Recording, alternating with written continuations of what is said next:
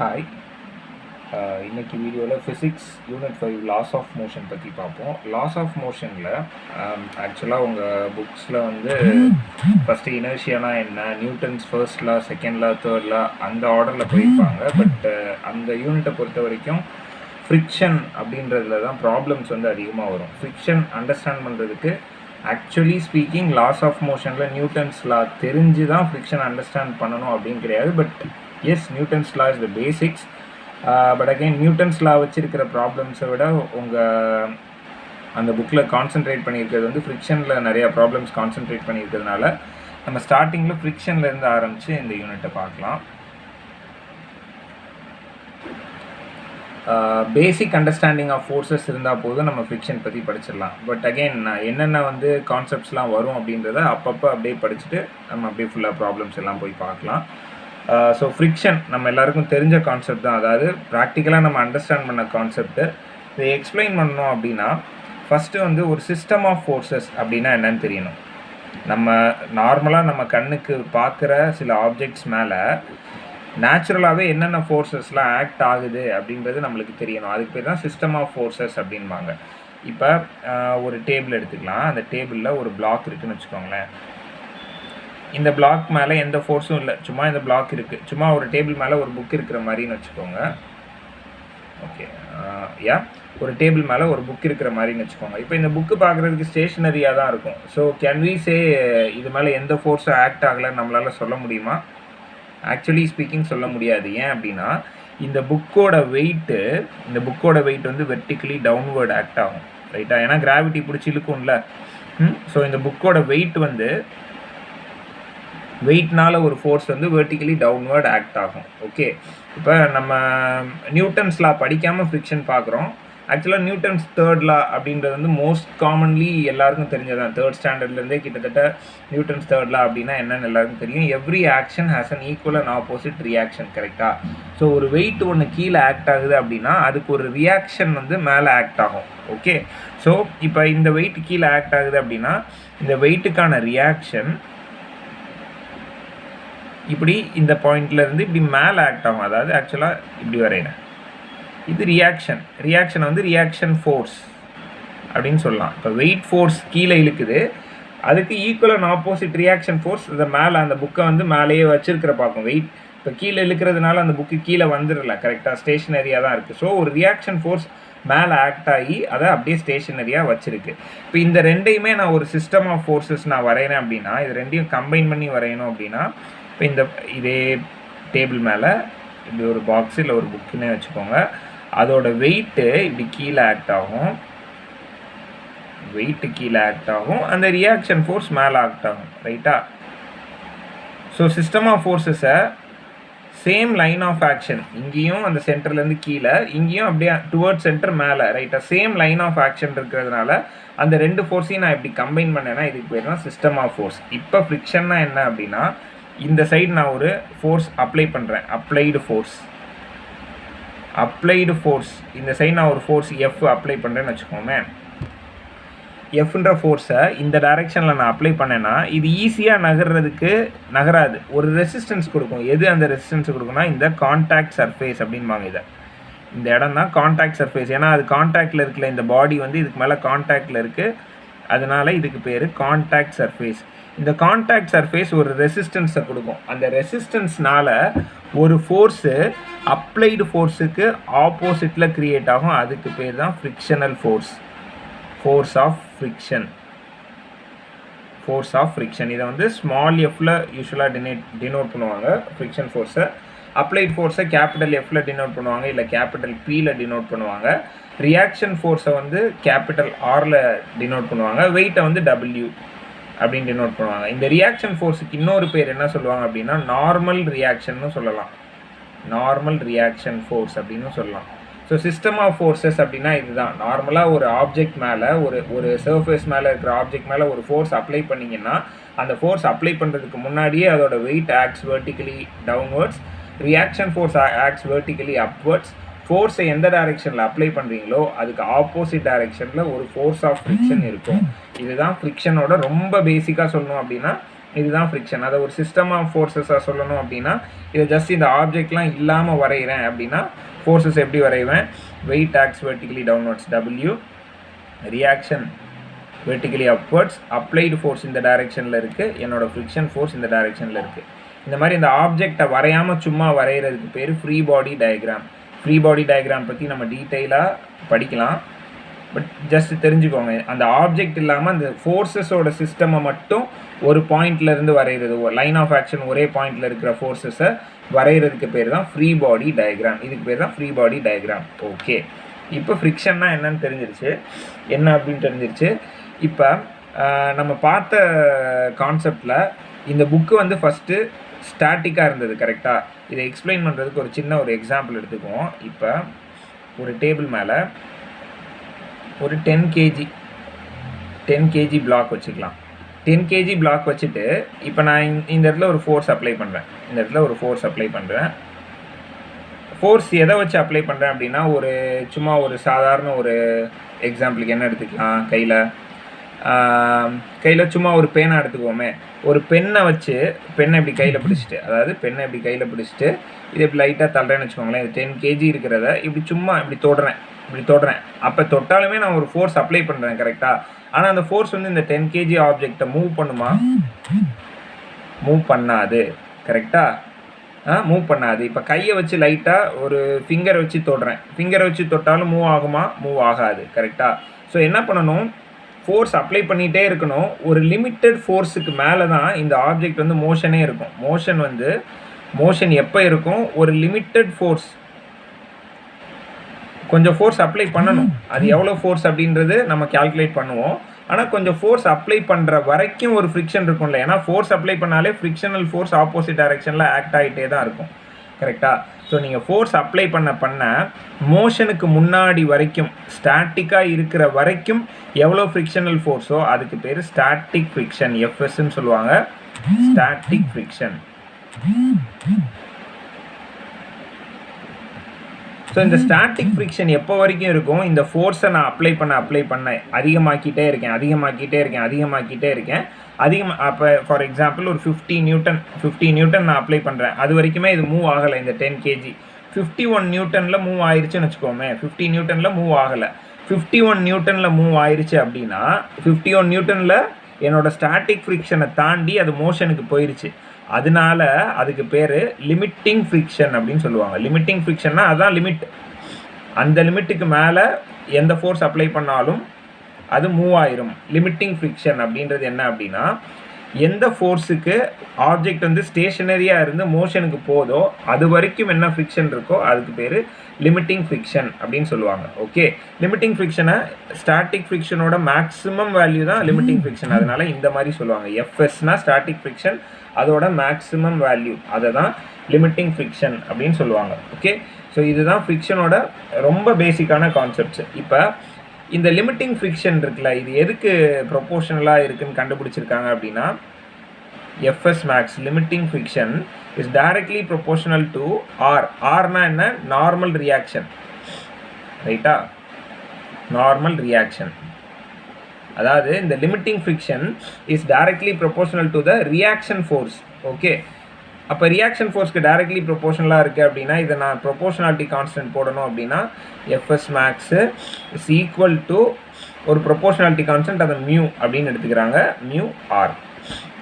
இதுதான் friction force. Friction force is equal to mu into R. இந்த mu என்னன்னு சொல்லுவாங்கன்னா கோஎஃபிஷியன்ட்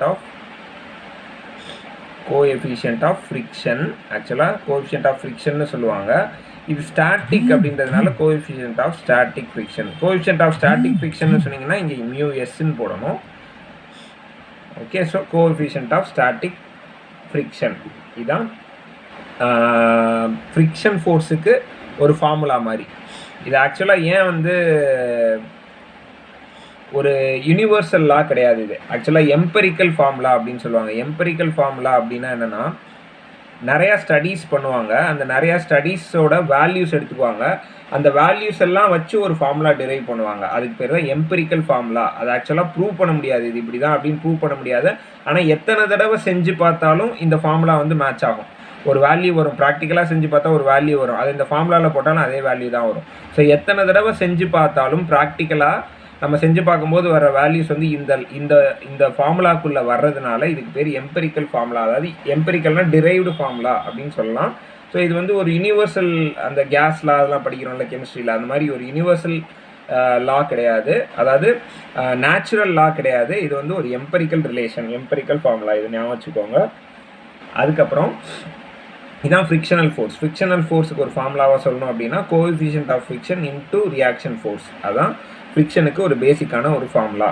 ஓகே, இப்போ கோஎஃபிஷியன்ட் ஆஃப் ஃப்ரிக்ஷன் அப்படின்னா என்னன்னு தெரிஞ்சிருச்சு. இதை சும்மா ஒரு பேசிக்கான ஒரு எக்ஸாம்பிள் பார்ப்போம். A block of mass 2 kg is placed on the floor. Coefficient of static friction is 0.4. A force of 2.5 Newton is applied on the block as shown in figure. Calculate the force of friction between the block and the floor. Force of friction கேட்டிருக்காங்க. என்னென்ன கொடுத்துருக்காங்க நான் முதல்ல எழுதுறேன். Mass given வந்து mass is equal to 2 kg கொடுத்தாச்சு. Coefficient of static friction, அப்போ coefficient of static friction is equal to 0.4. இந்த ஃபிகரில் வந்து ஃபோர்ஸ் ஆஃப் 2.5 நியூட்டன், இந்த ஃபோர்ஸ் வந்து 2.5 நியூட்டன். ஸ்மால் எஃப்னு கொடுத்துருக்காங்க. யூஸ்வலாக அப்ளைட் ஃபோர்ஸை வந்து கேபிட்டல் எஃப்னு எடுத்துக்கலாம். 2.5 newton. Calculate the force of friction. நம்மளுக்கு என்ன தெரியும்? Force of friction is equal to static friction, coefficient of static friction into reaction force. கரெக்டாக? ஃபஸ்ட்டு நான் இந்த டயக்ராமுக்கு ஃப்ரீ பாடி டயக்ராம் வரைகிறேன். ஃப்ரீ பாடி டயக்ராம்னா பிளாக் வரைஞ்சே வரைகிறேன். என்னென்ன ஃபோர்ஸஸ் ஆக்ட் ஆகும், சிஸ்டம் ஆஃப் ஃபோர்ஸஸ் அப்படி கூட சொல்லிக்கலாம். சிஸ்டம் ஆஃப் ஃபோர்ஸஸ் வரைகிறேன். ஃபஸ்ட்டு இதோட வெயிட் வந்து ஆக்ட் வெர்டிக்கலி டவுன்வர்ட்ஸ். கரெக்டாக? வெயிட் வந்து எப்பயுமே கிராவிட்டினால் இழுக்கப்படுறதுனால மாஸை கிராவிட்டியால் மல்டிப்ளை பண்ணிங்க அப்படின்னா அதான் வெயிட், mg அதான் wait.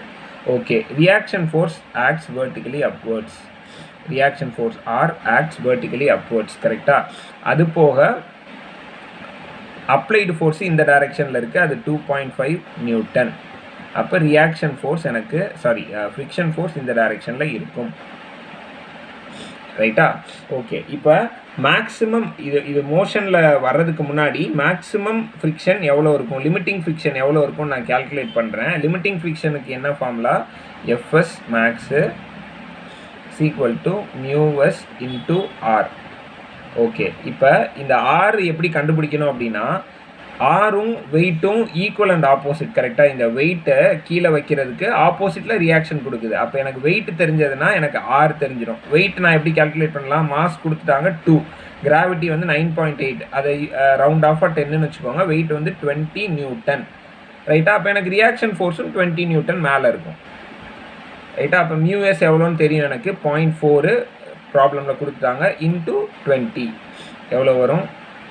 4 × 2 8 Newton. So limiting friction force எவ்வளோ? 8 நியூட்டன் இருக்குது. ரைட்டா? அப்போ நம்ம என்ன பேசிக்காக தெரியும்? 8 நியூட்டன் ஃபோர்ஸ் கொடுத்தா தான், லிமிட்டிங் ஃப்ரிக்ஷன் 8 நியூட்டன் ஃபோர்ஸ் கொடுத்தா தான் நம்மளுக்கு இந்த பிளாக் மூவே ஆகும். ஆனால் நம்ம எவ்வளோ தான் கொடுக்குறோம்? 2.5 நியூட்டன் தான் கொடுக்குறோம். அப்போ 2.5 நியூட்டனுக்கு எனக்கு பிளாக் மூவ் ஆகுமா? மூவ் ஆகாது. ஏன்னா 8.5 நியூட்டன் தான் கிரேட்டர் தேன் 2.5. கரெக்டாக? அப்ளைடு ஃபோர்ஸ் இவ்வளோ தான். ஆனால் லிமிட்டிங் ஃப்ரிக்ஷன் வந்து 8 நியூட்டன் கொடுத்தா தான் நம்மளுக்கு மூவே ஆகும். அப்போ calculate the force of friction அப்படின்னா என்னவா இருக்கும்? இந்த 2.5 நியூட்டனும் எனக்கு ஃபோர்ஸ் ஆஃப் ஃப்ரிக்ஷனாக தான் இருக்கும். ஏன்னா 8 நியூட்டனுக்கு மேலே போனால் தான் எனக்கு ஆப்ஜெக்ட் மூவே ஆகும். அப்போ எனக்கு கொடுக்குற ஃபோர்ஸ் அப்படியே எனக்கு ஃப்ரிக்ஷனல் ஃபோர்ஸாக ஆப்போசிட் டைரெக்ஷனில் இருக்கும். So force of friction is equal to 2.5 newton. ஏன்னா லிமிட்டிங் ஃப்ரிக்ஷன் வந்து 8 நியூட்டனாக இருக்குது. ஸோ லிமிட்டிங் ஃப்ரிக்ஷன் வர்ற வரைக்கும் என்னோட ஆப்ஜெக்ட் மூவ் ஆக போகிறதில்ல. ஸோ கொடுக்குற ஃபோர்ஸ் எல்லாமே ஃப்ரிக்ஷனல் ஃபோர்ஸாக இருக்கும். ஸோ ஃபோர்ஸ் ஆஃப் ஃப்ரிக்ஷன் வந்து 2.5 Newton. Direction opposite to applied force. Direction opposite to applied force அப்படின்னு எழுதுனா ரொம்ப நல்லது. எழுதலைனாலும் பரவாயில்ல. ஓகே, இது பேசிக்காக ஒரு ஃப்ரிக்ஷன் வச்சு ஒரு சின்ன ஒரு ப்ராப்ளம் வந்து நம்ம சால்வ் பண்ணி பார்த்துருக்கோம். ஸோ நெக்ஸ்ட்டு உங்கள் புக்கில் ஆக்சுவலாக இது தனித்தனியாக கொடுத்துருக்க மாட்டாங்க. பட் இதை அண்டர்ஸ்டாண்ட் பண்ணிக்கிறது ரொம்ப important. Angle of friction.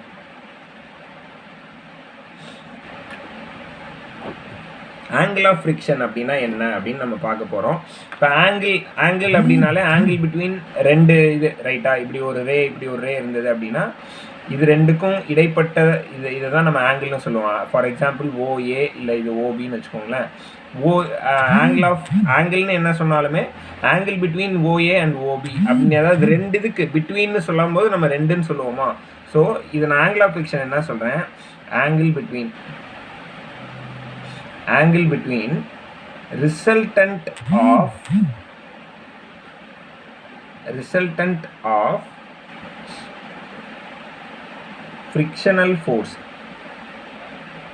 resultant of frictional force, அதான் limiting friction, resultant of limiting friction and reaction, normal reaction.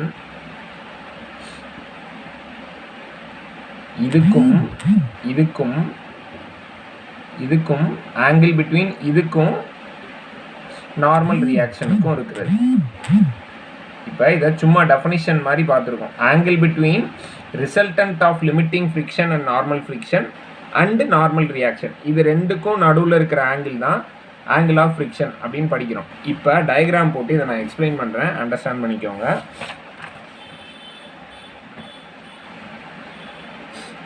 Okay, எனக்கு இப்படி ஒரு சர்ஃபேஸ் இருக்குன்னு வச்சுக்கலாம். அந்த சர்ஃபேஸில் இப்படி ஒரு ஆப்ஜெக்ட் இருக்குது ரைட்டா. இந்த ஆப்ஜெக்டோட சிஸ்டம் ஆஃப் ஃபோர்ஸஸ் வரைஞ்சேன் அப்படின்னா எனக்கு weight acts vertically downwards W = mg, அதோட ரியாக்ஷன் ஆக்ட்ஸ் வெர்டிக்கலி அப்வர்ட்ஸ், இதான் ரியாக்ஷன் R. என்னோட அப்ளைட் ஃபோர்ஸ் வந்து நான் இந்த டைரெக்ஷனில் எடுத்துக்கிறேன், அப்ளைட் ஃபோர்ஸ் வந்து இந்த டைரெக்ஷனில் F. அப்போ என்னோட லிமிட்டிங் ஃப்ரிக்ஷன் இந்த டைரெக்ஷனில் இருக்கும் Fs, லிமிட்டிங் ஃப்ரிக்ஷனால் Fs மேக்ஸ்னு எடுத்துக்கிறேன் ரைட்டா. இதுதான் சிஸ்டம் ஆஃப் ஃபோர்ஸஸ் ரைட்டா. இப்போ ரிசல்டன்ட் அப்படின்ற ஒரு வார்த்தை இருக்குது. ரிசல்டன்ட் ஆஃப் டூ ஃபோர்ஸஸ், ரெண்டு ஃபோர்ஸஸ் ஆக்ட் ஆகுது ஒரே பாயிண்டில் அப்படின்னா அதோட ரிசல்டன்ட் நம்ம கண்டுபிடிக்கணும். இதுக்கு திருப்பி வருவோம். இப்போ முதல்ல ரிசல்டன்ட் அப்படின்னா என்னன்னு தெரிஞ்சுக்குவோம். இப்போ பேசிக்காக இதை அண்டர்ஸ்டாண்ட் பண்ணுறதுக்கு நான் ஒரு எக்ஸாம்பிள் சொல்கிறேன், இதிலேருந்து போகலாம். இப்போ ஒரு ஆப்ஜெக்ட் இருக்குதுன்னு வச்சுக்கோமே, ஒரு ஆப்ஜெக்டை இந்த டைரெக்ஷனில் நான் 100 நியூட்டன் கொடுக்குறேன், இந்த டைரெக்ஷனில் 50 நியூட்டன் கொடுக்குறேன். அப்போ எனக்கு எந்த டைரெக்ஷனில் ஆப்ஜெக்ட் ஃபைனலாக மூவ் ஆகும், எவ்வளோ ஃபோர்ஸோடு மூவ் ஆகும் அப்படின்னு கேட்டால் எனக்கு 100 நியூட்டன் இந்த டைரெக்ஷனில் இருந்துச்சா, 50 நியூட்டன் இந்த டைரெக்ஷனில் இருந்துச்சா. அப்போ 100 இது ஆப்போசிட் டைரெக்ஷனில் இருக்கிறதுனால -50 இந்த டைரெக்ஷனில் இருக்கும் கரெக்டாக. அதாவது இந்த டைரெக்ஷனில் 50 நியூட்டன் ஃபோர்ஸ் இந்த ஆப்ஜெக்ட் மேலே ஆக்ட் ஆகும். ஸோ இது வந்து சேம் லைன் ஆஃப் ஆக்ஷனாக இருந்தது அப்படின்னா இதுதான் resultant of 100 newton and 50 newton is 50 newton left சைடில் 50 நியூட்டன் இருக்கும். இதுதான் ரிசல்டன்ட். இதுக்கு பேர் தான் ரிசல்டன்ட் ஃபோர்ஸ். ரெண்டு ஃபோர்ஸ் ஆக்ட் ஆகும்போது அதை ஒரே ஃபோர்ஸாக மாற்றுறதுக்கு பேர் தான் ரிசல்டன்ட் ஃபோர்ஸ். இப்போ லைன் ஆஃப் ஆக்ஷன் வந்து நம்மளுக்கு ரைட்டு லெஃப்ட்டுன்றதுனால நம்ம ஈஸியாக போட்டோம் ரைட்டா. இப்போ இப்படி ஒரு பாயிண்ட் இருக்குது, இந்த பாயிண்டில் ஏதோ ஒரு ஆப்ஜெக்ட் இருக்குதுன்னு வச்சுக்கோமே, இந்த பாயிண்டில் ஒரு ஆப்ஜெக்ட் இருக்குது அப்படின்னா இப்படி ஒரு ஃபோர்ஸ் ஆக்ட் ஆகட்டும், இப்படி ஒரு ஃபோர்ஸ் ஆக்ட் ஆகட்டும், இப்படி ஒரு ஃபோர்ஸ் ஆக்ட் ஆகட்டும், இப்படி ரெண்டு ஃபோர்ஸ் ஆக்ட் ஆகுது.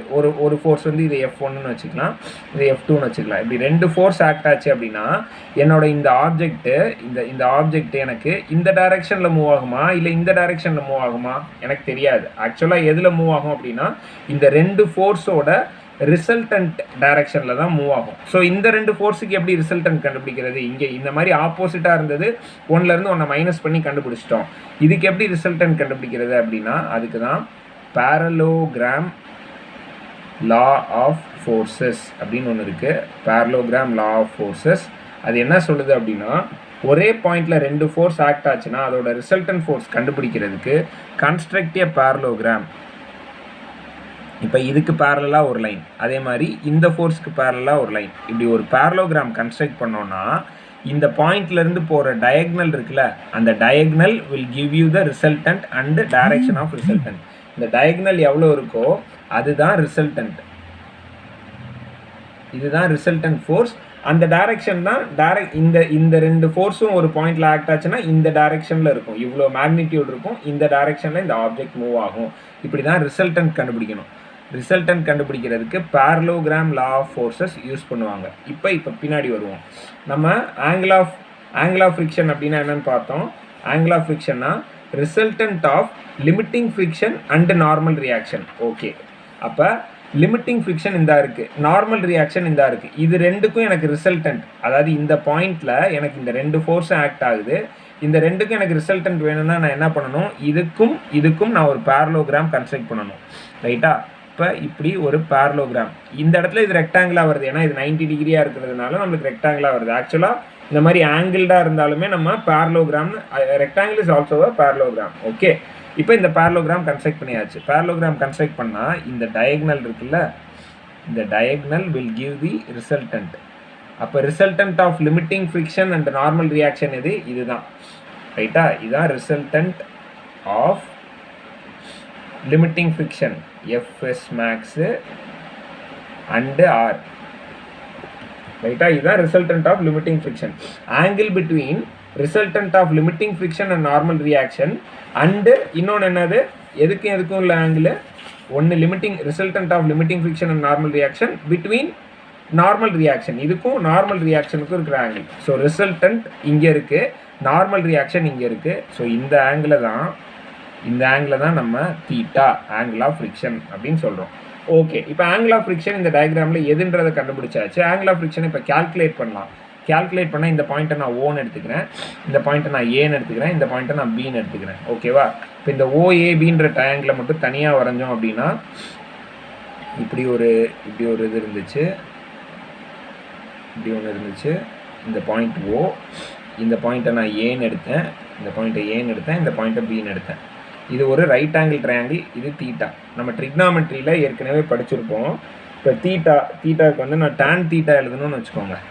tan தீட்டா எழுதணும் அப்படின்னா ஆப்போசிட் சைட், தீட்டாக்கு opposite side by adjacent side. இது ஹைபாட்னியூஸ், 90 டிகிரிக்கு ஆப்போசிட்டில் இருக்கிறது பேர் ஹைபாட்னியூஸ். இது எனக்கு ஆப்போசிட் சைட். ரைட்டா? இது எனக்கு அட்ஜசன்ட் சைட் தீட்டாக்கு, இது வந்து எனக்கு ஹைபாட்னியூஸ். ஸோ tan தீட்டா எழுதணும் அப்படின்னா எனக்கு opposite side by adjacent side. ரைட்டா? ஆப்போசிட் சைடு என்ன, AB divided by adjacent side OB. இதுதான் எனக்கு tan தீட்டா. இப்போ ஏபின்றது இங்கே பாருங்கள், ஆக்சுவலாக இந்த டயக்ராமில் இருந்தால் இதை எடுத்திருக்கேன். இந்த டயக்ராமில் இருந்தால் ஏபின்றது எனக்கு இதுதான் இருந்துச்சு. கரெக்டாக? எனக்கு இது என்னவா இருக்குது, இது ஈக்குவல் டு லிமிட்டிங் ஃப்ரிக்ஷன். ஏன்னா இதான லிமிட்டிங் ஃப்ரிக்ஷன், இதுவும் ஈக்குவல். ஏன்னா பேரலோகிராமில் பேரலல் சைட்ஸ் ஆர் ஈக்குவல். அப்போ நான் ஏபிக்கு பதிலாக என்ன எழுதலாம், லிமிட்டிங் ஃப்ரிக்ஷன் எழுதலாம். அதே மாதிரி ஓபிக்கு பதிலாக நான் என்ன எழுதலாம், ஓபிக்கு பதிலாக எனக்கு ஆர் தான் எனக்கு ஓபி. ரைட்டா? ஸோ எனக்கு ஏபிக்கு பதிலாக நான் limiting friction FS max divided by R அப்படின்னு போட்டுக்கலாம். கரெக்டாக? ஸோ எனக்கு tan theta is equal to FS max limiting friction divided by normal reaction. எனக்கு ஏற்கனவே என்ன தெரியும், லிமிட்டிங் ஃப்ரிக்ஷனுக்கு மியூ இன்டூ ஆர் அப்படின்னு தெரியும். கரெக்டாக? இதுலேருந்து நான் மியூ எழுதணும் அப்படின்னா mu is equal to limiting friction divided by R. இங்கே பார்த்தீங்கன்னா இதுவும் இதே தான். அப்போ எனக்கு tan theta is equal to limiting coefficient of limiting friction, அதுதான் tan தீட்டா. ஸோ இது எதுக்கு இப்போ ஆங்கிள் ஆஃப் ஃப்ரிக்ஷன் பற்றி நம்ம ரொம்ப படித்தோம் அப்படின்னா, சில இடத்துல உங்களுக்கு நம்ம லாஸ்ட் எக்ஸாம்பிள் ப்ராப்ளம்லேயே பார்த்தீங்கன்னா கோஎஃபிஷியன்ட் ஆஃப் ஃப்ரிக்ஷன் சொல்லி கொடுத்துட்டாங்க. சில இடத்துல வெறும் ஆங்கிள் மட்டும் கொடுத்துருப்பாங்க. ஆங்கிள் ஆஃப் ஃப்ரிக்ஷன் இவ்வளோ அப்படின்னா நம்ம அதுலேருந்து கோஎஃபிஷியன்ட் ஆஃப் லிமிட்டிங் ஃப்ரிக்ஷன் கண்டுபிடிச்சிடலாம். கோஎஃபிஷியன்ட் ஆஃப் ஃப்ரிக்ஷன் எவ்வளோ, tan ஆஃப் அந்த ஆங்கிள் போட்டோம் அப்படின்னா நம்மளுக்கு கிடச்சிரும். ஸோ யூஸ்வலாக நார்மலாக உங்களுக்கு 0 டிகிரி, 30 டிகிரி, 45, 60, 90 இதுக்கெலாம் வேல்யூஸ் நீங்கள் மனப்பாடமாக வச்சுருக்கணும் ஆக்சுவலாக. பட் வேறு எந்த ஆங்கிள் கேட்டாலுமே கிளார்க் டேபிள்ஸ் யூஸ் பண்ணோன்னா, இல்லைனா உங்களுக்கு அந்த இது கொடுப்பாங்களா, அப்பெண்டிக்ஸ் கொடுப்பாங்களா, அதில் நம்ம பார்த்தோம் அப்படின்னா நம்ம எதுக்குனாலும் tan வேல்யூ எடுத்துக்கலாம். கால்குலேட்டர் இல்லாத பட்சத்தில் tan வேல்யூ எப்படி பார்க்கணும் அப்படின்றதையும் பார்த்துக்கோங்க. கண்டிப்பாக மேக்ஸ் கிளாஸில் சொல்லி தருவாங்க. ஸோ tan தீட்டா தெரிஞ்சது அப்படின்னா நம்ம கோஎஃபிஷியன்ட் ஆஃப் ஃப்ரிக்ஷன் என்ன அப்படின்றத கண்டுபிடிச்சிடலாம். இதுக்காக தான் ஆங்கிள் ஆஃப் ஃப்ரிக்ஷன் படிக்கிறோம். ஸோ ஆங்கிள் ஆஃப் ஃப்ரிக்ஷன் கொடுத்தாங்க அப்படின்னா அதுலேருந்து எப்படி கோஎஃபிஷியன்ட் ஆஃப் ஃப்ரிக்ஷன் கண்டுபிடிக்கிறது அப்படின்றதுக்கு தான் நம்ம ஆங்கிள் ஆஃப் ஃப்ரிக்ஷன் படிக்கிறோம். ஸோ பேசிக்ஸாக கான்செப்ட்ஸ் என்னன்னு அண்டர்ஸ்டாண்ட் பண்ணிக்கோங்க. ஸோ இதில் பார்த்தீங்க அப்படின்னா ஜஸ்ட் லைக் தட் இந்த டயக்ராம் போட்டு இதுதான் அப்படின்னு சொல்கிறதுக்குள்ள இப்போ ரிசல்டன்ட் அப்படின்னா என்னன்றதை எக்ஸ்பிளைன் பண்ணுறதுக்கு நம்மளுக்கு பேரலோகிராம் லா ஆஃப் ஃபோர்ஸஸ்னால் என்னன்னு தெரிஞ்சிருக்கணும். ரைட்டா? Angle between the resultant of அப்படின்னு சொல்கிறோம் அப்படின்னா இந்த ரெண்டு ஃபோர்ஸ்க்கு எப்படி ரிசல்டன்ட் கண்டுபிடிக்கிறாங்க அப்படின்ற பேசிக்ஸும் தெரிஞ்சிருக்கணும். அதே மாதிரி ட்ரிக்னாமெட்ரி பேசிக்ஸும் கொஞ்சம் தெரிஞ்சிருக்கணும். தெரிஞ்சால் நம்ம இதை ஈஸியாக அண்டர்ஸ்டாண்ட் பண்ணிக்கலாம். ஸோ இந்த மாதிரி பேசிக்ஸில் இருந்து நம்ம என்ன முன்னாடி தெரிஞ்சதுலேருந்து பேசிக்ஸ்லேருந்து படித்தோம் அப்படின்னா கொஞ்சம் ஈஸியாக இருக்கும். ஓகே, ஸோ இதுதான் ஆங்கிள் ஆஃப் ஃப்ரிக்ஷன். ஓகே, இப்போ அடுத்து நம்ம பார்க்க போகிறது ஆங்கிள் ஆஃப் ரிப்போஸ். அதுக்கு முன்னாடி ஒரு சின்ன கான்செப்ட், இதுவும் உங்கள் புக்கில் இருக்காது, பட் இதை தான் நம்ம செஞ்சுட்டே இருப்போம் ஒன்றுன்னா. Resolution of forces.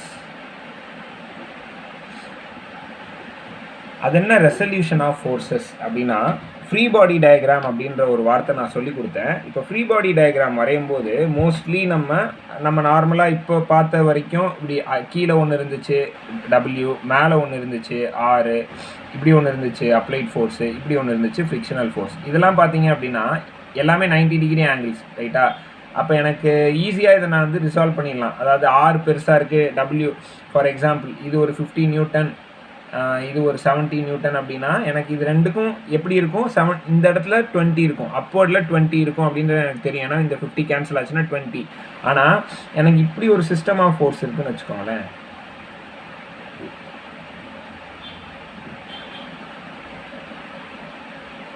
இப்படி ஒரு சிஸ்டம் ஆஃப் ஃபோர்ஸ் இருக்குது, ரைட்டா? இப்படி ஒரு சிஸ்டம் ஆஃப் ஃபோர்ஸ் இருக்குது அப்படின்னா இதை நான் எப்படி ரிசால்வ் பண்ணுறது? இதை நான் என்னன்னு அப்வர்டில் எவ்வளோ ஃபோர்ஸ் இருக்குது, டவுன்வர்டில் எவ்வளோ ஃபோர்ஸ் இருக்குதுன்னு நான் சொல்ல முடியுமா? சொல்ல முடியாது, கரெக்டாக? ஃபார் எக்ஸாம்பிள் இது F1, இது F2, இது F3, இது F4ன்னு வச்சுக்கோங்க.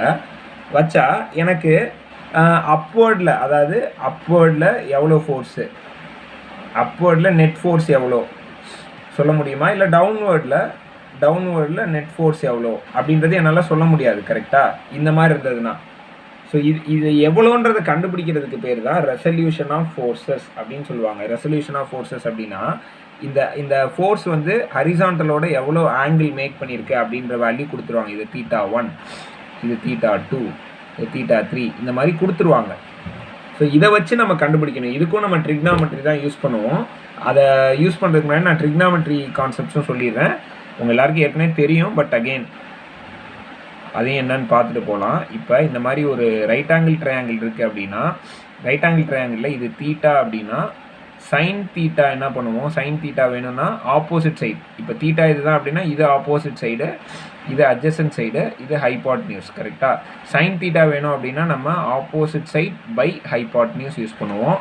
காஸ் தீட்டா வேணும் அப்படின்னா adjacent side by hypotenuse use பண்ணுவோம். டேன் தீட்டா வேணும் அப்படின்னா opposite side by adjacent side use பண்ணுவோம். அதாவது இது சைடோட ரேஷியோஸ் வச்சு சொல்லியிருக்கேன். இப்போ டேன் தீட்டாக்கு sine theta by cos theta அதெல்லாம் டிஃப்ரெண்ட். இப்போ சைட்ஸோட ரேஷியோஸ் பற்றி மட்டும் சொல்லியிருக்கேன். இப்போ ரெசல்யூஷன் ஆஃப் ஃபோர்ஸஸ்க்கு திருப்பி வருவோம். இப்போ இது ஒரு டேபிள். இந்த டேபிள் மேலே இந்த டைரக்ஷனில் ஒரு ஃபோர்ஸ் ஆக்ட் ஆகுது. இந்த ஃபோர்ஸோட வேல்யூ வந்து 100 நியூட்டன் அப்படின்னு வச்சுக்கோமே. 100 நியூட்டன். இந்த ஆங்கிள் வந்து எனக்கு 30 டிகிரி. இன்னொரு விஷயம், இது போகிறதுக்கு முன்னாடி இன்னொரு விஷயம் சொல்கிறேன். இந்த sine theta, cos theta, tan theta இது மூணோட வேல்யூஸும் 0 degree, 30 degree, 45 degree, 60 degree, 90 degree. இதுக்கு தயவுசெய்து மனப்பாடம் பண்ணிக்கோங்க. யூஸ்வலாக நான் எப்படி மனப்பாடம் பண்ணேன் ஸ்கூலில் அப்படின்னா, இந்த சைன் தீட்டாவோட இந்த இதை மட்டும் ஞாபகம் வச்சுப்பேன். என்னென்னா 0, 1/2, 1/√2, √3/2, 1 இந்த வரிசையை ஞாபகம் வச்சுக்குவேன். அதாவது சைன் தீட்டா ஃபஸ்ட்டு வரும், 0, 30, 45, 60, 90 இப்படி இருந்ததுன்னா இந்த சீக்வன்ஸ் வந்து 0, 1/2, 1/√2, √3/2, 1 இது அப்படியே ரிவர்ஸில் எழுதணும். காஸ்க்கு 1, √3/2, 1/√2, 1/2, 0. டேனுக்கு sine divided by cos 0 / 1 0, 1/2 divided by √3/2 போட்டால் இந்த 2 கேன்சல் ஆயிரும், 1/√3. இது 1/√2 டிவைடட் பை 1/√2 1, √3/2 1/2 இந்த 2 கேன்சல் ஆயிரும், வெறும் √3, 1/0 இன்ஃபினிட்டி. இப்படி இதை முதல் நான் எழுதி வச்சுக்குவேன் எந்த ஒரு எக்ஸாம் வந்தாலும். ஏன்னா இந்த வேல்யூஸ் தான் மோஸ்ட்லி கேட்டிருப்பாங்க. ஸோ இதை மறக்காமல் இருக்கிறதுக்காக, டக்குன்னு பார்க்குறதுக்காக இந்த வேல்யூஸ் வந்து ஞாபகம் வச்சுக்கணும். நான் இப்படி தான் ஞாபகம் வச்சேன். உங்களுக்கு எது ஈஸியாக இருக்கோ அந்த மாதிரி நீங்கள் ஞாபகம் வச்சுக்கோங்க. ஓகே, இப்போ இந்த மாதிரி ஒரு ஃபோர்ஸ் கொடுத்துட்டாங்க, ரைட்டா? நம்மளுக்கு அப்வர்டில் எவ்வளோ டவுன்வர்டில் எவ்வளோன்னு தெரியணும். ஓகே, இப்போ இன்னொன்று சொல்கிறேன். இந்த அப்வர்டை வந்து எப்பயுமே வெர்டிக்கல் டைரக்ஷன் சொல்லுவாங்க. இதை டவுன்வர்டை வந்து ஹரிசான்டல், அப்வர்ட் டவுன்வர்ட் ரெண்டையுமே வெர்டிக்கல்னு சொல்லுவாங்க. ரைட்டு லெஃப்ட் வந்து ஹரிசான்டல்னு சொல்லுவாங்க. ரைட்டா?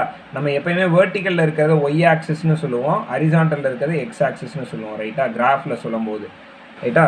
ஸோ இப்போ எனக்கு இந்த ஃபோர்ஸு எந்த டைரெக்ஷனில் இருக்கோ அந்த டைரெக்ஷனில் எனக்கு ஹரிசான்டலில் ஒரு ஃபோர்ஸ் ஆக்ட் ஆகும், வெர்டிக்கலில் ஒரு ஃபோர்ஸ் ஆக்ட் ஆகும். ஹரிசான்டலில் ஒரு ஃபோர்ஸ் ஆக்ட் ஆகும், வெர்டிக்கலில் ஒரு ஃபோர்ஸ் ஆக்ட் ஆகும். ஓகே, இப்போ எனக்கு பார்த்தீங்க அப்படின்னா இந்த இடத்துல இதை இப்போ இமேஜின் பண்ணணும். ரைட் ஆங்கிள் ட்ரையாங்கிள் மாதிரி இருக்கா? இதை பார்க்குறதுக்கு நான் டாட்டர் லைனில் வரைகிறேன். இது ஒரு ரைட் ஆங்கிள் ட்ரையாங்கிள், அதே மாதிரி இது ஒரு ரைட் ஆங்கிள் ட்ரையாங்கிள். கரெக்டாக? இப்போ எனக்கு இந்த வெர்டிக்கல் ஃபோர்ஸை நான் வந்து எஃப் ஒய்ன்னு எடுக்கிறேன். ஏன்னா ஒய் டைரெக்ஷனில் இருக்கிறதுனால எஃப் ஒய்ன்னு எடுக்கிறேன். எனக்கு இந்த வெர்டிக்கல் ஃபோர்ஸ் வேணும் அப்படின்னா ஆக்சுவலாக இந்த ரைட் ஆங்கிள் ட்ரையாங்கிளில் பார்த்தீங்க அப்படின்னா தீட்டாக்கு இது என்ன சைடு? Opposite side. கரெக்டாக? ஸோ நான் என்ன இது எழுதுறதுக்கு முன்னாடி நான் ஜஸ்ட் எழுதுறேன்னு சைன் 30 டிகிரி போட்டிங்க அப்படின்னா opposite side by hypotenuse. Opposite side வந்து எஃப்ஒய் டிவைடட் பை ஹைபாட்னியூஸ் எவ்வளோ? இந்த ஃபோர்ஸ் 100 நியூட்டன். 100. அப்போ எனக்கு எஃப்ஒய் வேணும் அப்படின்னா 100 சைன் 30 டிகிரி. இதுதான் வெர்டிக்கல் காம்பனண்ட். Of 100 newton. 100 நியூட்டனோட வெர்டிக்கல் காம்பனண்ட் இது. ஹரிசான்டல் காம்பனண்ட் வேணும் அப்படின்னா இப்போ இதுவும் ரைட் ஆங்கிள் ட்ரையாங்கிள், இது 30 டிகிரி அப்படின்னா இதுவும் 30 டிகிரி. கரெக்டா? Opposite angles R equal. இதுக்கு இது ஆப்போசிட் ஆங்கிள், ஏன்னா இது ரெண்டும் பேரலல் லைன், ஒரு லைன் கட் பண்ணுறதுனால ஆப்போசிட் ஆங்கிள்ஸ் ஆர் ஈக்குவல். இது 30 டிகிரி. இந்த 30 டிகிரிக்கு இந்த சைடு என்னது? Adjacent side. ஸோ நான் இந்த ட்ரையாங்கிளில் cos 30 எழுதுனேன் அப்படின்னா இந்த ட்ரையாங்கிளில் cos 30 எழுதுனேன்னா 30க்கு இது அட்ஜசன்ட் சைடு. கரெக்டாக? அட்ஜசன்ட் சைடு என்னது? இது வந்து எஃப்எக்ஸ். அட்ஜசன்ட் சைடு வந்து எஃப்எக்ஸ் டிவைடட் பை ஹைபாட்னியூஸ் இதே தான் 100 நியூட்டன். ஹைபாட்னியூஸ் 100. இப்போ எஃப்எக்ஸ் வேணும் அப்படின்னா 100 இன்ட்டு cos 30 டிகிரி. இந்த சைடு இந்த 100 இங்கே போயிடும். ரைட்டா? இப்போ cos 30யோட வேல்யூ நம்மளுக்கு தெரியும். cos 30 டிகிரியோட வேல்யூ √3/2. அப்போ 100 இன்ட்டு √3/2. இப்போ 50 √3 நியூட்டன். இதுதான் எஃப்ஒய். இந்த இடத்துலையும் 100 இன்ட்டு cos 30 sin 30 1/2. இந்த இடத்துல sin 30ல் 1/2 போட்டோன்னா வெறும் 50 நியூட்டன். ஸோ வெர்டிக்கல் காம்பனண்ட் வந்து வெறும் 50 நியூட்டன். ஹரிசான்டல் காம்பனண்ட் எஃப்எக்ஸ் வந்து 100 இன்ட்டு cos 30 வந்து √3/2. √3/2னா 50 √3 நியூட்டன். ஸோ ஹரிசான்டல் காம்பனண்ட் வந்து எனக்கு 50 √3 நியூட்டன். அதாவது இந்த எஃப்எக்ஸ் வந்து 50 √3 நியூட்டன், எஃப்ஒய் வந்து 50 நியூட்டன். ரைட்டா? இப்போ இந்த ஃபோர்ஸ் தான். இந்த ஃபோர்ஸை நம்ம என்ன பண்ணியிருக்கோம்? எனக்கு ரைட் சைடில் எவ்வளோ ஆக்ட் ஆகுது, அப்வர்டு இல்லை டவுன்வர்டில், right side or left side, upward or downward எவ்வளோ ஆக்ட் ஆகுது அப்படின்னு சொல்லிட்டோமா? இதுக்கு பேர் தான் ஒரு ஆங்கிளாக ஆக்ட் ஆகிற ஃபோர்ஸை ஹரிசான்டல் காம்பனண்ட்டாகவும் வெர்டிக்கல் காம்பனண்ட்டாகவும் ரிசால்வ் பண்ணுறதுக்கு பேர் தான் ரெசல்யூஷன் ஆஃப் ஃபோர்ஸஸ். இது பேசிக். இப்போ 2 ஃபோர்ஸ் இருக்குது அப்படின்னா அதை எப்படி ரிசால்வ் பண்ணுறது அதை சொல்கிறேன். இதையும் கவனமாக பாருங்கள். இப்போ இப்படி ஒரு இது இருக்குதுன்னு வச்சுக்கோமே, இதே 100 நியூட்டன் 30 டிகிரியிலே இருக்குதுன்னு வச்சுக்கோம். 30 டிகிரியில் இருக்குது. அதே மாதிரி இந்த டைரெக்ஷனில் 45 டிகிரி வச்சுக்கலாம். 45 டிகிரி ஒரு 100 நியூட்டன் ஆக்ட் ஆகுது.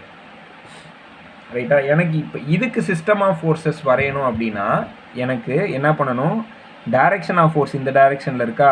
அப்போ ஹரிசான்டல் ஃபோர்ஸ் இப்படி ஆக்ட் ஆகும், வெர்டிக்கல் ஃபோர்ஸ் இப்படி ஆக்ட் ஆகும். ரைட்டா?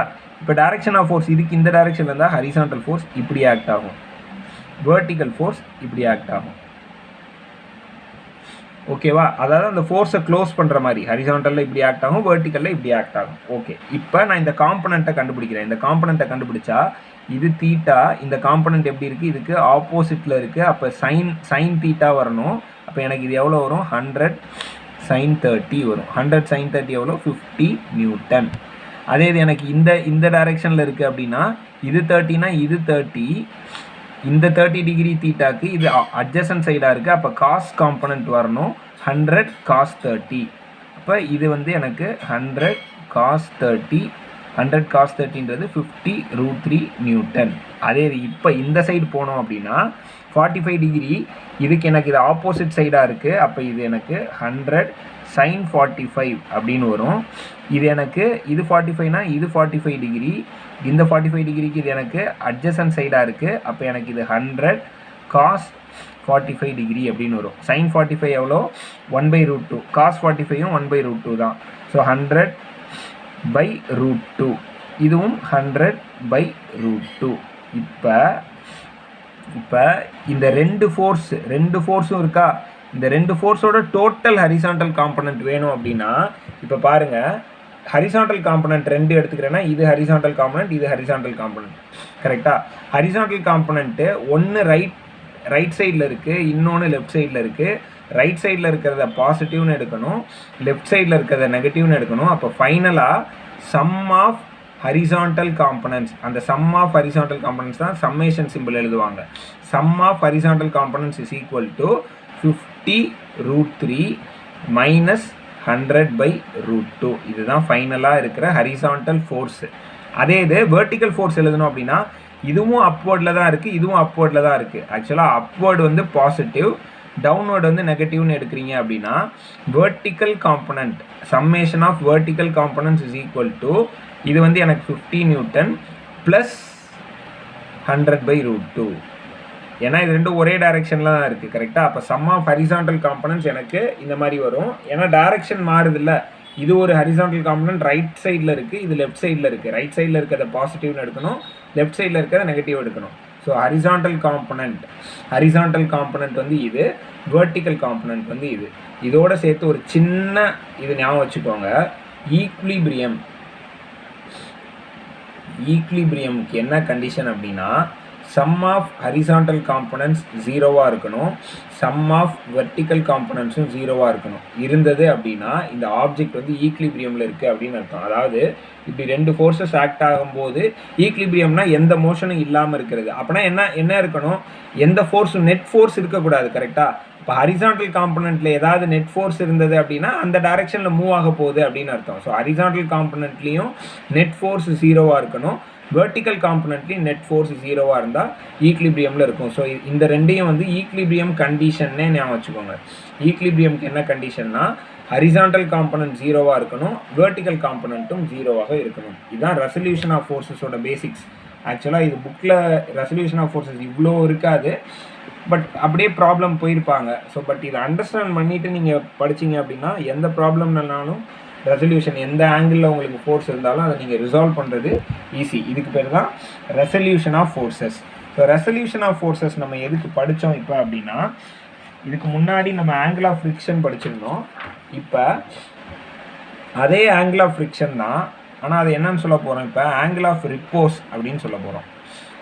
ஆங்கிள் ஆஃப் ரிப்போஸ் அதென்ன ஆங்கிள் ஆஃப் ரிப்போஸ் அப்படின்னா, இதுக்கு முன்னாடிலாம் நம்ம இப்படி ஹரிசாண்டலாக இருக்கிற ஒரு சர்ஃபேஸில் ஒரு ஆப்ஜெக்ட் வச்சு ஃப்ரிக்ஷன் படித்தோம். கரெக்டாக? இப்போ ஒரு இன்க்ளைன்டு சர்ஃபேஸ், இன்க்ளைண்டுனா ஏற்கனவே ஒரு ஆங்கிளில் இருக்கிறது, இதுதான் இன்க்ளைன்டு சர்ஃபேஸ். அந்த இன்க்ளைன்டு சர்ஃபேஸில் ஒரு ஆப்ஜெக்ட் இருக்குதுன்னு வச்சுக்கோமே, இன்க்ளைன்டு சர்ஃபேஸில் ஒரு ஆப்ஜெக்ட் இருக்குது இருந்தால் இது இப்படி கீழே இறங்குச்சுன்னா அப்பயும் ஒரு மோஷன் இருக்குது, ஒரு ஃப்ரிக்ஷன் இருக்கும்ல. கரெக்டாக? ஸோ இந்த மாதிரி ஒரு இன்க்ளைன்டு சர்ஃபேஸில் இருக்கிறத வந்து நம்ம ஆங்கிள் ஆஃப் ரிப்போஸ்ன்னு சொல்லுவோம். இன்க்ளைன்டு சர்ஃபேஸில் இருக்கிற ஆங்கிள் ஆஃப் ஃப்ரிக்ஷன் வந்து ஆங்கிள் ஆஃப் ரிப்போஸ்ன்னு சொல்லுவோம். ஸோ ஆங்கிள் ஆஃப் இன்க்ளினேஷன் எவ்வளோ, அதை ஆல்ஃபா அப்படின்னு எடுப்பாங்க. ஓகே, ஹரிசாண்டலுக்கு இந்த சர்ஃபேஸ் வந்து ஆல்ஃபா ஆங்கிளில் இன்க்ளைண்டாக இருக்குதுன்னு வச்சுக்கோங்க. இப்போ நான் சிஸ்டம் ஆஃப் ஃபோர்ஸஸ் வரைகிறேன். வெயிட் வந்து இது என்ன ஆங்கிளில் இருந்தாலும் வெயிட் வந்து எனக்கு வெர்டிக்கலி டவுன்வர்ட்ஸ் தான் ஆக்ட் ஆக போகுது. கரெக்டாக? வெயிட் வந்து எனக்கு வெர்டிக்கலி டவுன்வர்ட்ஸ் தான் ஆக்ட் ஆக போகுது.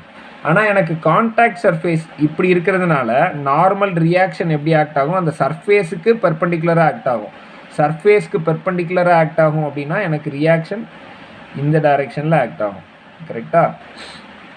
இந்த டைரெக்ஷனில் எனக்கு ரியாக்ஷன் ஃபோர்ஸ் ஆக்ட் ஆகும். ரைட்டா? ஸோ எனக்கு இப்போ இந்த ஆப்ஜெக்ட் வந்து எனக்கு மூவ் ஆகும் அப்படின்னா எனக்கு இந்த டைரெக்ஷனில் தான் மூவ் ஆகும். கரெக்டாக? அப்போ எனக்கு அப்ளைடு ஃபோர்ஸு இந்த டைரெக்ஷனில் இருக்கும். அப்ளைடு ஃபோர்ஸு எனக்கு இந்த டைரெக்ஷனில் இருக்கும். எனக்கு லிமிட்டிங் ஃப்ரிக்ஷன் வந்து இந்த டைரெக்ஷனில் இருக்கும். லிமிட்டிங் ஃப்ரிக்ஷன் இந்த டைரெக்ஷனில் இருக்கும். ரைட்டா? இதுதான் எனக்கு சிஸ்டம் ஆஃப் ஃபோர்ஸஸ். இப்போ எனக்கு இந்த ஆங்கிள் ஆல்ஃபா அப்படின்னா, இந்த ஆங்கிள் எனக்கு ஆல்ஃபா அப்படின்னா, எனக்கு இன்னொரு ஆங்கிள் என்ன ஆங்கிள் நான் பார்க்க போகிறேன் அப்படின்னா, இப்போ இந்த டபிள்யூ அப்படின்றது தானே எனக்கு ஒரு மாதிரி இன்க்ளினேஷனில் இருக்குது. அதாவது இன்க்ளினேஷன்னா இது இது இது இது எல்லாம் ரைட் ஆங்கிளில் இருக்குது. அப்போ அந்த ரைட் ஆங்கிள்ஸ்க்கு எனக்கு இது இன்க்ளினேஷனில் இருக்குது. அதாவது இதை இப்படி ரொட்டேட் பண்ணி வரைஞ்சி காமிக்கிறேன் பாருங்களேன். ஆர் இப்படி இருக்குது, எஃப்எஸ் இப்படி இருக்குது, எஃப் இப்படி இருக்குது. ஆர் இப்படி இருக்குது, எஃப்எஸ் இப்படி இருக்குது, எஃப் இப்படி இருக்குது. இந்த இது மட்டும் டபிள்யூ மட்டும் இப்படி இருக்குது. ரைட்டா? W is equal to MG. அப்போ நான் எந்த ஃபோர்ஸை நான் ரிசால்வ் பண்ணணும்? இந்த ஃபோர்ஸை தான் ரிசால்வ் பண்ணணும். இந்த வெயிட்டை ரிசால்வ் பண்ணேன் அப்படின்னா டைரக்ஷன் ஆஃப் ஃபோர்ஸ் இந்த டைரக்ஷனில் இருக்குன்னா வெர்டிக்கல் காம்பனண்ட் எனக்கு இங்கே இருக்கும், வெர்டிக்கல் காம்பனண்ட் இங்கே இருக்கும், ஹரிசாண்டல் காம்பனண்ட் இங்கே இருக்கும். அதாவது வெர்டிக்கல் காம்பனண்ட் இப்படி இருக்கும், வெர்டிக்கல் காம்பனண்ட் இப்படி இருக்கும், ஹரிசாண்டல் காம்பனண்ட் இப்படி இருக்கும்.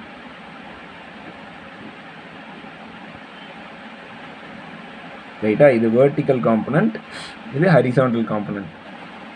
ரைட்டா? இந்த டயக்ராமில் வரைஞ்சிருக்கேன். இப்போ வரைஞ்சோம் அப்படின்னா எனக்கு இந்த ஆங்கிள் எனக்கு ஆல்ஃபா. இந்த ஆங்கிள் ஆல்ஃபானா யூஸ்வலாக எனக்கு இது 90 டிகிரி, இது 90 டிகிரி. அப்போ எனக்கு இந்த ஆங்கிள் எவ்வளோ இருக்கும்? 90 மைனஸ் ஆல்ஃபா இருக்கும். கரெக்டாக? ஏன்னா இது 90 டிகிரி, டோட்டல் ஆங்கிள் என்ன ட்ரையாங்கிள் வந்து 180 டிகிரி. அப்போ இது 90, இது ஆல்ஃபா அப்படின்னா இது எனக்கு 90 மைனஸ் ஆல்ஃபா இருக்கும். இது எனக்கு 90 மைனஸ் ஆல்ஃபானா எனக்கு இந்த ரைட் ஆங்கிள் ட்ரையாங்கிளில் இது 90 மைனஸ் ஆல்ஃபா, இது 90 அப்படின்னா எனக்கு இந்த ஆங்கிள் எனக்கு ஆல்ஃபாவாக இருக்கும். கரெக்டாக? இந்த ஆங்கிள் எனக்கு ஆல்ஃபாவாக இருக்கும். ஸோ இந்த ஆங்கிள் எனக்கு ஆல்ஃபாவாக இருந்ததுன்னா வெர்டிக்கல் காம்பனண்ட்டுக்கு ஆங்கிள் எப்படி இருக்குது? ஒட்டிகிட்டே இருக்கா? அப்போ எனக்கு வெர்டிக்கல் காம்பனண்ட் எனக்கு இந்த ஆங்கிளுக்கு அட்ஜசன்ட் சைட். ரைட்டா? ஸோ வெர்டிக்கல் காம்பனண்ட் நான் இப்போ என்ன எழுதலாம்? இந்த ஆங்கிள் எனக்கு ஆல்ஃபான்னு தெரிஞ்சிருச்சு. So vertical component is equal to force எவ்வளோ? எம்ஜி அட்ஜசன்ட் சைடில் இருக்கிறதுனால காஸ் ஆல்ஃபா. ரைட்டா? இப்போ எனக்கு ஹரிசாண்டல் காம்பனண்ட் வேணும். அப்படின்னா இந்த ஆங்கிள் ஆல்ஃபா அப்படின்னா இங்கேருந்து ஒரு இப்படி போட்டோம் அப்படின்னா எனக்கு இதுவும் ஆப்போசிட் ஆங்கிள்ஸு. ஸோ இது ஆல்ஃபா.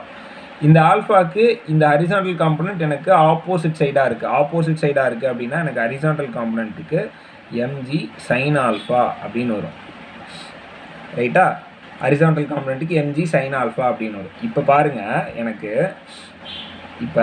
எனக்கு இந்த ரியாக்ஷனுக்கு ஆப்போசிட்டில் வெர்டிக்கல் காம்பனண்ட் இருக்குது. கரெக்டாக? ரியாக்ஷனும் வெர்டிக்கல் காம்பனண்ட்டும் ஆப்போசிட்டில் இருக்குது. அதே மாதிரி எனக்கு இந்த ஃப்ரிக்ஷனல் ஃபோர்ஸும் ஹரிசாண்டல் ஃபோர்ஸும், லிமிட்டிங் ஃப்ரிக்ஷனும் ஹரிசாண்டல் ஃபோர்ஸும் இங்கே காமிக்கிறேன். ரியாக்ஷன் இந்த டைரெக்ஷனில் இருக்குது, வெர்டிக்கல் காம்பனண்ட் இந்த டைரெக்ஷனில் இருக்குது. ஸோ இதுவும் ஆப்போசிட்டில் இருக்குது. அதே மாதிரி ஃப்ரிக்ஷன் ஃபோர்ஸும் ஹரிசாண்டல் காம்பனண்ட்டும் ஆப்போசிட் டைரெக்ஷனில் இருக்குது. ரைட்டா? அப்போ எனக்கு ரியாக்ஷனுக்கு பதிலாக இந்த வெர்டிக்கல் காம்பனண்ட் எடுத்துக்கலாம், இந்த லிமிட்டிங் ஃப்ரிக்ஷனுக்கு பதிலாக ஹரிசாண்டல் காம்பனண்ட் எடுத்துக்கிட்டேன் அப்படின்னா எனக்கு மியூ என்ன தெரியும்? Mu is equal to FS divided by R. கரெக்டாக?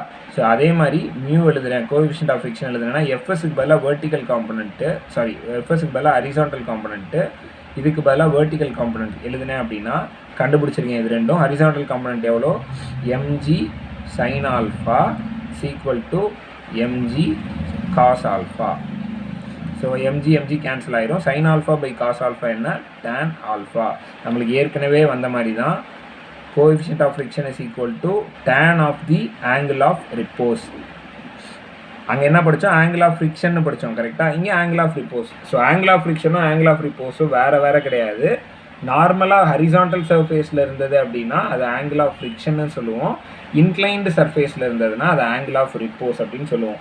ஆக்சுவலாக இந்த டேர்ம்ஸ்லாம் புக்கில் இல்லை அப்படின்னாலுமே இந்த டேர்ம்ஸை யூஸ் பண்ணி ப்ராப்ளம்ஸ் கேட்டாங்க அப்படின்னா அப்போ நீங்கள் குழம்பக்கூடாது. ஓகே? ஸோ இன்க்ளைன்டு சர்ஃபேஸில் ஒரு ஆங்கிள் கொடுத்துருக்காங்க அப்படின்னா அந்த ஆங்கிளுக்கு பேர் ஆங்கிள் ஆஃப் ரிப்போஸ்.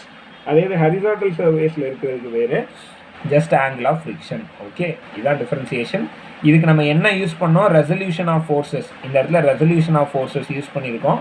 இதை நீங்கள் திரும்ப நீங்கள் பண்ணி பார்த்தீங்கன்னா உங்களுக்கே ரெசல்யூஷன் வந்து ரொம்ப ஈஸியாக வந்துடும். ஓகே? இது ஆங்கிள் ஆஃப் ரிப்போஸ். அதுக்கப்புறம் இப்போ பார்த்தது எல்லாமே நம்ம ஸ்டாட்டிக் ஃப்ரிக்ஷனை வச்சு தான் பார்த்தோம். ஸோ அதை வச்சே நம்ம கைனட்டிக் ஃப்ரிக்ஷன் அப்படின்னா என்னன்றதை டிஃப்ரென்ஷியேட் பண்ணிக்கலாம். கைனட்டிக் ஃப்ரிக்ஷன் அப்படின்னா ஒன்றும் இல்லை, மோஷனில் இருக்கும்போது இருக்கிற ஃப்ரிக்ஷன் அப்படின்னு சொல்லுவாங்க. நம்ம யூஸ்வலாக ஒரு எக்ஸாம்பிள் எடுத்தோம்ல, இப்போ இந்த 10 கிலோகிராம் எடுத்துகிட்டு வெறும் கையை வச்சு தள்ளினா மூவ் ஆகாது அப்படின்னு சொன்னேன். அதுக்கு தான் நம்ம என்ன படித்தோம், ஸ்டாட்டிக் ஃப்ரிக்ஷன், லிமிட்டிங் ஃப்ரிக்ஷன் அப்படின்னு ஒன்று படித்தோம், ரைட்டா? அதுக்கு மேலே என்ன ஆகும், மோஷன் நடந்துடும், கரெக்டாக? மோஷன் நடந்துடும். மோஷன் நடந்ததுக்கு அப்புறமும் இந்த சர்ஃபேஸ்க்கும் இந்த ஆப்ஜெக்ட்டுக்கும் நடுவில் ஒரு ஃப்ரிக்ஷனல் ஃபோர்ஸ் இருக்கும்ல, அதுக்கு பேர் கைனட்டிக் ஃப்ரிக்ஷன். அவ்வளோதான்.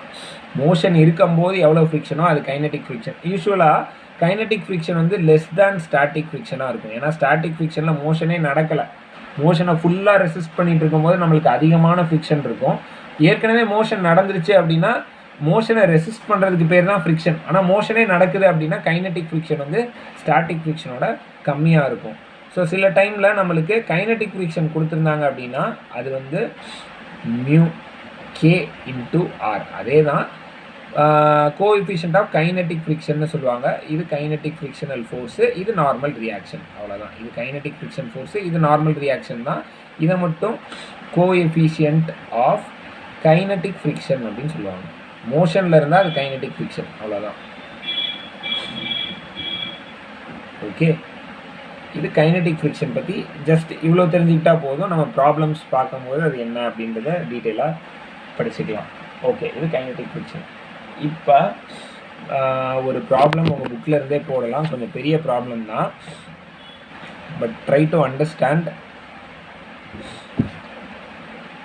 5.36 பேஜ் நம்பர் 110, பேஜ் நம்பர் 110ல் 5.36 இது என்ன ப்ராப்ளம் அப்படின்னு நான் ரீட் பண்ணுறேன் புக்கிலேருந்து. First, the rear side of a truck is open and a box of 40 kg mass is placed 5 meter away from the open end as shown in figure. The coefficient of friction between box and the surface below it is 0.15. On a straight road, the truck starts from rest and accelerates with 2 meter per second square. At what distance from the starting point does the box fall off the truck? Ignore the size of the box. So பெருசாக கொடுத்துருக்காங்க problem, ஒரு டயக்ராமும் கொடுத்துருக்காங்க. அந்த diagram எக்ஸாக்டாக வரைய முடியாதனால just ரஃப்பாக வரைகிறேன். இந்த மாதிரி ஒரு ட்ரக் இருக்குது,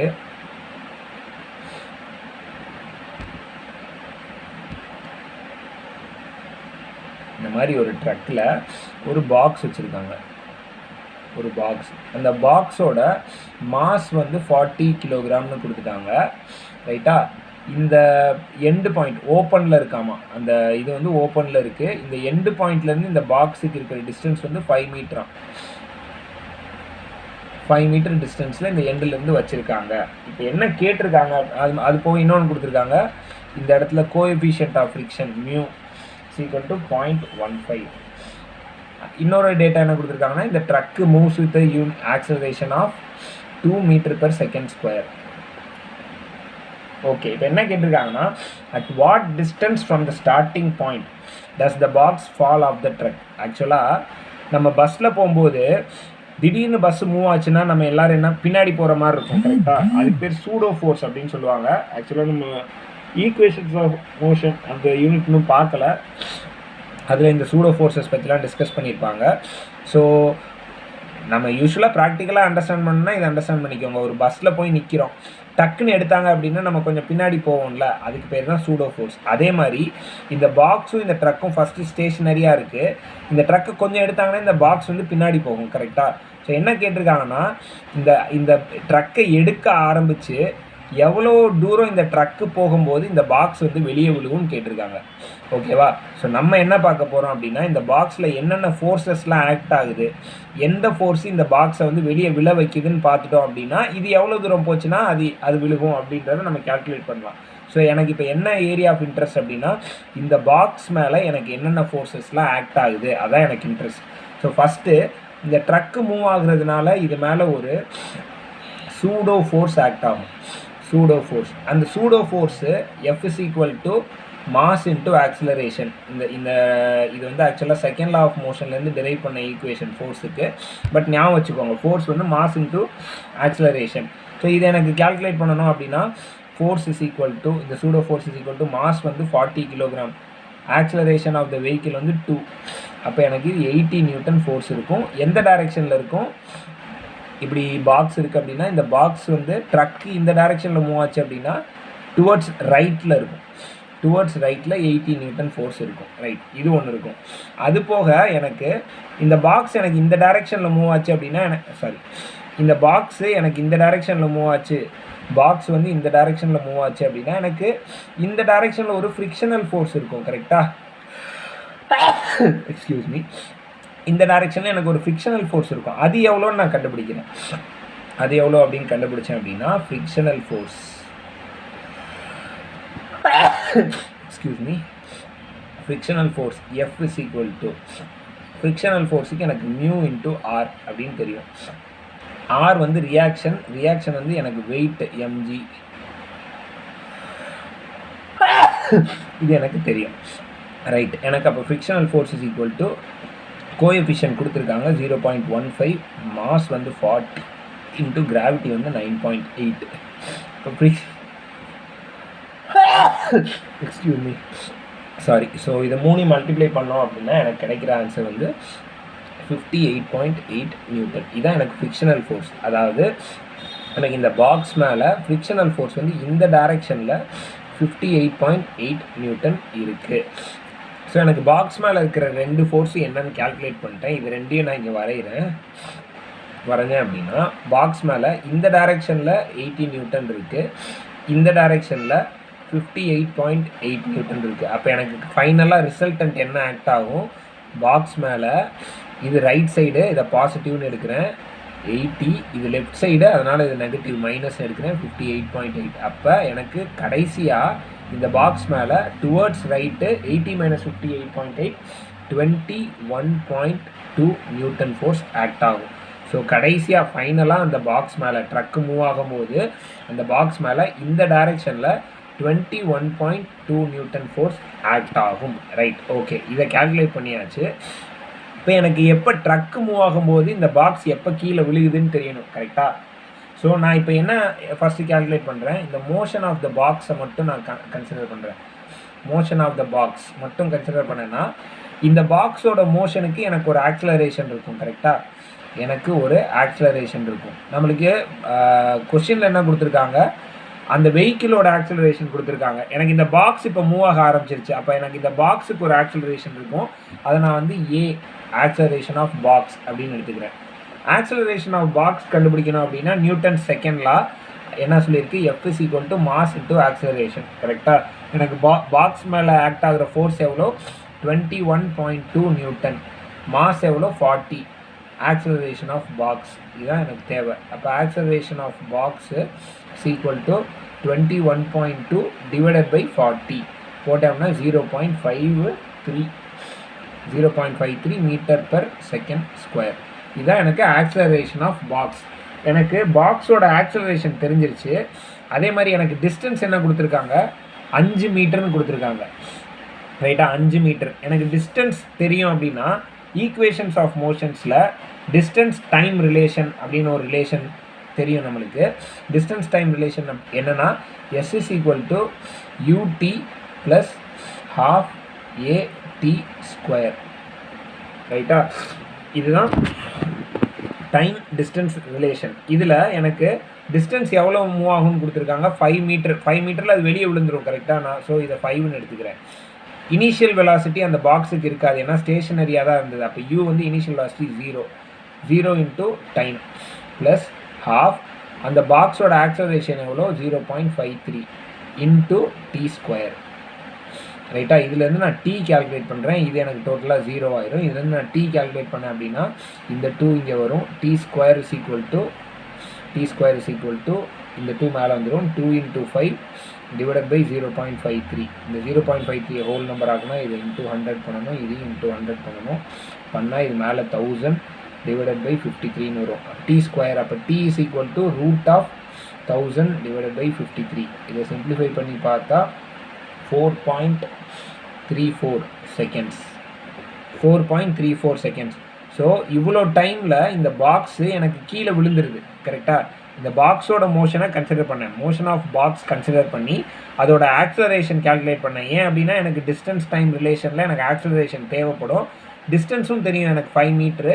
அப்போ எவ்வளோ டைமில் நான் பாக்ஸ் கீழே விழுகுதுன்றதை கண்டுபிடிச்சிட்டேன். கரெக்டாக எவ்வளோ டைமில் பாக்ஸ் கீழே விழுகுதுன்றதை கண்டுபிடிச்சிட்டேன். ஸோ இப்போ நம்மளுக்கு ஃபைனலாக என்ன கேட்டிருக்காங்க, ட்ரக்கு எவ்வளோ தூரம் மூவ் ஆகிருக்கும் அப்படின்னு கேட்டிருக்காங்க. ரைட்டா? ஸோ நான் இந்த டைமை வந்து மோஷன் ஆஃப் ட்ரக்குக்கு யூஸ் பண்ணுறேன், motion of truck. So box எப்போ கீழே விழுந்திருக்கும், டைம் வந்து 4.34 செகண்ட்ஸில் கீழே விழுந்திருக்கும். ரைட்டா? ஆக்சலரேஷன் ஆஃப் ட்ரக்கு எவ்வளோ, 2 meter per second, 2 meter per second. எனக்கு டிஸ்டன்ஸ் கேட்டிருக்காங்க, distance S is equal to question mark. Truck எவ்வளோ தூரம் மூவ் ஆகிருக்கும் போது பாக்ஸ் கீழே விழுகும், பாக்ஸ் கீழே விழுகிற டைம் எடுத்தாச்சு, ட்ரக்கோட ஆக்சலரேஷன் எடுத்தாச்சு. மறுபடியும் டிஸ்டன்ஸ் டைம் ரிலேஷன் யூஸ் பண்ணோன்னா UT plus ½ AT square use பண்ணோம் அப்படின்னா இனிஷியல் வெலாசிட்டி 0 ட்ரக்குக்கு எஸ் இஸ் ஈக்குவல் டு 0 × 4.34, இதுவும் 0 தான், plus ½ acceleration 2 × t square 4.34 square. இந்த 2 கேன்சல் பண்ணலாம். S is equal to 4.34 square which is equal to approximately 18.84 metre. So இந்த truck 18.84 metre travel ஆகிருக்கும் போது எனக்கு அந்த பாக்ஸ் கீழே விழுகுது. ஸோ இதை வந்து ஆக்சுவலாக இனிஷியலாக நீங்கள் யோசிச்சிங்க அப்படின்னா டக்குன்னு உங்களுக்கு இதுதான் ஃப்ளோ அப்படின்றது தெரியாது. ஸோ எந்த ஒரு ப்ராப்ளமாக இருந்தாலும் இந்த லாஸ் ஆஃப் மோஷனில் மட்டும் நீங்கள் செய்ய ஆரம்பிச்சிங்கன்னா உங்களுக்கே ஒரு ஐடியா கிடைக்கும். நம்ம இதை எப்படி ப்ரொசீட் பண்ணியிருக்கோம் அப்படின்னா, இந்த பாக்ஸ் கீழே விழுகுது, இந்த ட்ரக்கு எவ்வளோ தூரம் போகும்போது இந்த பாக்ஸ் கீழே விழுகுதுன்னு கேட்டிருந்தாங்க. அதனால் நம்ம ஃபஸ்ட்டு என்ன பண்ணோம், இந்த பாக்ஸ் மேலே இருக்கிற ஃபோர்ஸஸை கன்சிடர் பண்ணோம். கன்சிடர் பண்ணுறதுக்கு இந்த ட்ரக்கு முன்னாடி மூவ் ஆகுறதுனால இந்த பாக்ஸ் மேலே ஒரு சூடோ ஃபோர்ஸ் இருக்கும், அதை கால்குலேட் பண்ணோம். அதுக்கப்புறம் இந்த கான்டாக்ட் சர்ஃபேஸ் இருக்கிறதுனால ஒரு ஃப்ரிக்ஷனல் ஃபோர்ஸ் இருக்கும், அதை கால்குலேட் பண்ணோம். மோஷன் ஆஃப் த பாக்ஸ் இந்த டைரெக்ஷனில் இருக்கிறதுனால ஃப்ரிக்ஷன் ஆப்போசிட் டைரெக்ஷனில் இருக்கும் அப்படின்னு வச்சு கால்குலேட் பண்ணோம். ஸோ அதை வச்சு ஃப்ரிக்ஷனல் ஃபோர்ஸ், ஸோ அந்த ஆப்ஜெக்ட் மேலே அந்த பாக்ஸ் மேலே இருக்கிற 2 ஃபோர்ஸோட ரிசல்டன்ட் எடுத்துக்கிட்டோம்.